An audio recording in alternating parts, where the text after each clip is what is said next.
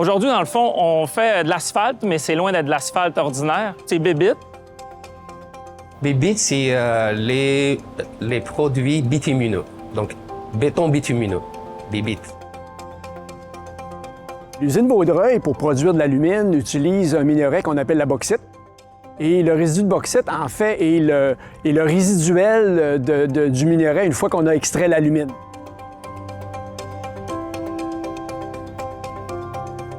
En réalité, le projet vise à remplacer, à substituer une partie de la composition du mélange de granulats de l'asphalte. Donc, on met du sable, du gravier, puis on met du bitume. Donc, on remplace une partie du sable et gravier qui est très, très fin par nos résidus de bauxite. Donc, on remplace l'utilisation d'une matière première naturelle par un sous-produit.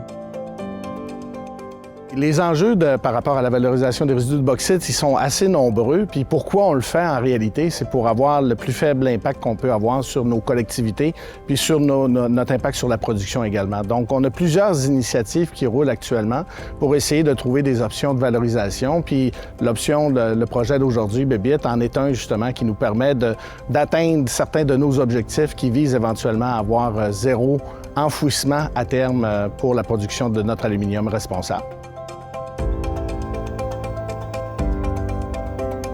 Le projet Bébite, c'est un projet d'R&D de recherche et développement qu'on peut faire directement sur nos sites.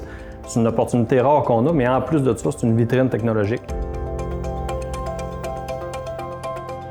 Le rôle du CRDA, c'est bien sûr de faire la détermination de tout le potentiel de ce projet en termes d'économie circulaire, mais aussi de déterminer l'importance de réaliser un essai pilote avec la preuve de concept que nous avions développée en laboratoire. On a des aspects aussi partenariat. Partenariat au niveau recherche. On a le Cural qui travaille étroitement avec le CRDA.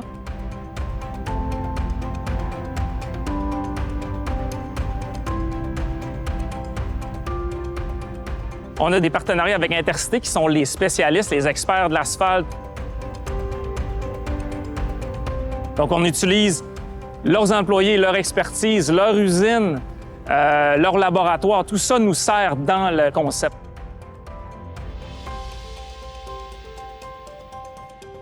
Alors, notre rôle technique, c'est de donner l'assistance au point de vue de la formulation de l'enrobé bitumineux. Présentement, on est rendu au point de vue pratique, où est-ce qu'on produit l'enrobé avec les résidus et les produits carbonés, et puis on le met en place. Avec la preuve de concept, nous avons démontré que nous avions un gain en résistance mécanique, en fait, par rapport à l'utilisation de nos produits. Et bien sûr, il y a les impacts, le bilan environnemental entourant ce projet-là, où, bien sûr, on réduit les émissions de gaz à effet de serre en réduisant la quantité de bitume introduite dans nos revêtements d'asphalte.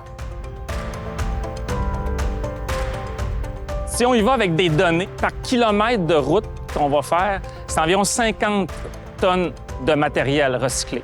Donc, si on fait le calcul, puis c'est des données publiques, là, le ministère des Transports du Québec, là, grosso modo, utilise 3 millions de tonnes de matière par année. Nous, notre recette, c'est 5 de ça. Puis là, je parle juste des voies publiques. Je parle pas du municipal, du privé, etc. Donc, en étant peut-être les pionniers dans ce domaine-là, on peut faire une percée. Les résultats qu'on avait obtenus à date, c'est des résultats qui sont très encourageants, probants. Il va rester essentiellement, donc, si vous voulez, sur le terrain, comment que ça se passe. Très, très content, en fait, de l'avancée de ce projet-là, pour lequel on est déjà rendu à cette phase-là, en fait, une planche d'essai, grandeur nature, c'est déjà une bonne réussite. Mais c'est certain que de voir un aboutissement comme ça, c'est toujours une certaine fierté. On veut tout le temps que nos projets arrivent à une phase industrielle. Donc, encore une fois, c'est un beau partenariat qu'on a eu avec Intercité et Rio Tinto. Ça nous rend fiers parce que, premièrement, dans la recherche, on est vraiment les premiers à faire ça, à passer de nos formulations en papier, à les passer à la réalité. Puis on vise vraiment d'aller vers l'industrie, à les commercialiser, peut-être voir nos formulations au long des autoroutes du Québec. Les tests qui ont été faits en laboratoire ont quand même démontré une performance de cette nouvelle formulation-là au moins égale et même peut-être supérieure aux formes standards d'asphalte. Donc, beaucoup d'espoir que probablement qu'on pourrait développer une asphalte qui serait plus durable que la formulation standard d'asphalte. J'aimerais bien, dans quelques années, qu'on se reparle et qu'on dise « ça résiste à nos hivers rigoureux » et c'est un succès.